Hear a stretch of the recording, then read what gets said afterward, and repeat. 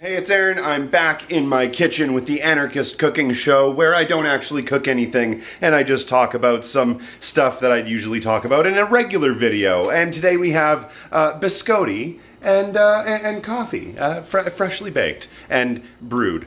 Fantastic. So today I want to talk a little bit about a question that I've gotten a few times. One specific question that I got yesterday while I was on a live stream with Chud Logic. Definitely go check out Chud Logic's channel.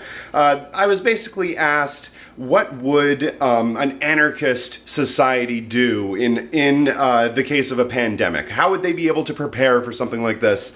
What exactly would happen if there was a global pandemic? And I came up with an answer kind of off the top of my head, and I wanted to elaborate a little bit on it here today. So let's get started. All right, so the first thing that I want to talk about when we're talking about a pandemic and one happening in an anarchist society is that we would already be prepared for it, just like a lot of communist countries were, and just like the United States should have been. You see, there has been a lot of data over the course of, well, dozens of years saying that there's going to be some sort of global pandemic. It's in fact such a mainstream narrative that major video games have been based on this. Specifically, that video game, I think it's called Plague Inc., was based specifically on the idea of a global pandemic. This isn't a new idea. This is something that's been around for a very long time. And knowing that, there's no reason why there shouldn't have been some sort of preparedness for that sort of thing. And in the United States, the reason why there wasn't is because of the profit motive. People in the United States think that profit is more important than people. Well, maybe not everybody, but specifically the people that own the means of production don't really give a shit about the people. But the people in charge don't really give a shit about that because all they really care about is their ever-increasing quarterly profits. So they consider profit more favorable than people.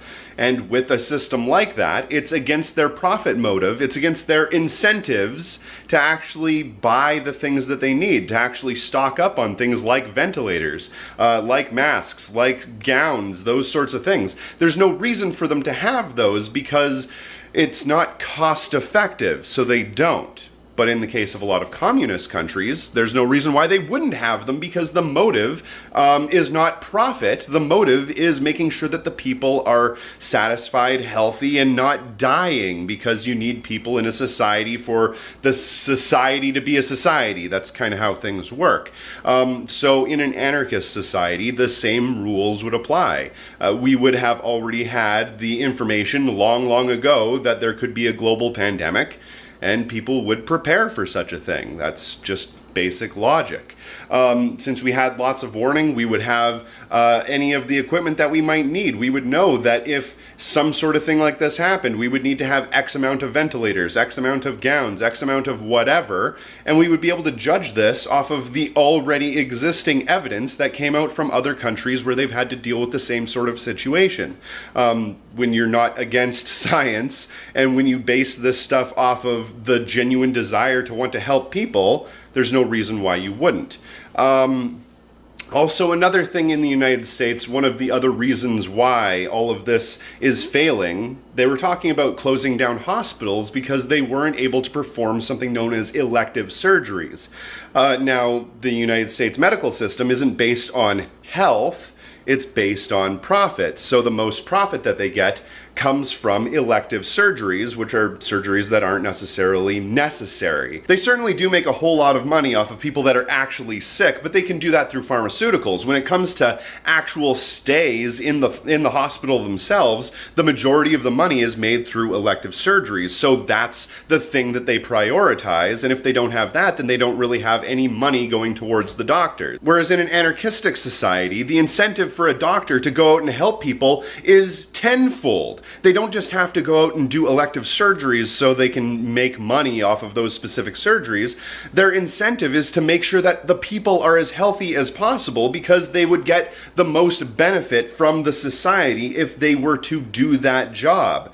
Like I've said many times in the past, there's many ways to give people incentive that doesn't involve money. You can give them the goods directly rather than involving any sort of middleman or anything like that. So the doctors would want to try to work harder to actually help sick people because they would be getting the most benefit from helping those sick people, as opposed to the capitalist system where they only get the most benefit when they're doing surgeries and that sort of thing that they're able to make the most money off of. Now, also, when it comes to a global pandemic, you have to think about something that's pretty fucking obvious, and that's you need immediate action and things to be done right now. Right? And that's a huge deal. One of the main things that everybody's been upset about with the politicians, specifically Donald Trump and many others, is that they just haven't been taking this quite as seriously as maybe they should have been since the very start. Donald Trump downplayed the whole thing, and he didn't do any sort of immediate action that could have really helped a lot of people.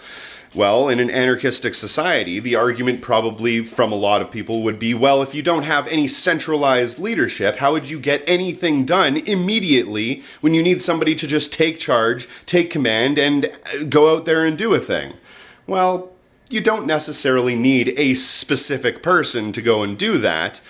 Many of the communities that are on the ground level would be doing that immediately, but say you did need some sort of hierarchical structure, some sort of leadership that would go ahead and take the reins and actually get the things done that need to be done in a crisis situation. Well, nothing in anarchism says that you can't do that.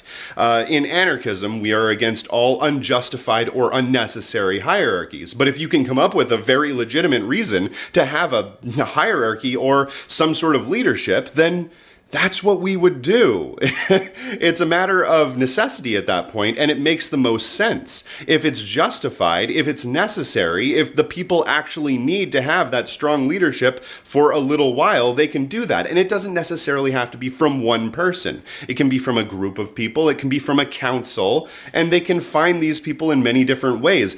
A security council or some sort of emergency council or what have you could be created several years or months or whatever in advance of any kind of emergency, because you already have, like I said at the beginning of the video, information that tells you that an emergency is going to happen. And anyway, in life, emergencies happen. You're essentially going to need some sort of council to take care of emergency situations, whether it be a fire, a flood, a tornado, a plague of frogs falling from the sky, whatever it is. You're going to need some sort of council or some sort of body working towards making sure that people aren't going to just die. So a lot of those things would be put into place, and a lot of other measures could be put into place as well. If we already know that these sorts of catastrophes are bound to happen, then on the ground level, we can work on personal contingency plans, small contingency plans involving communities, other ones involving larger communities, and so forth and so on.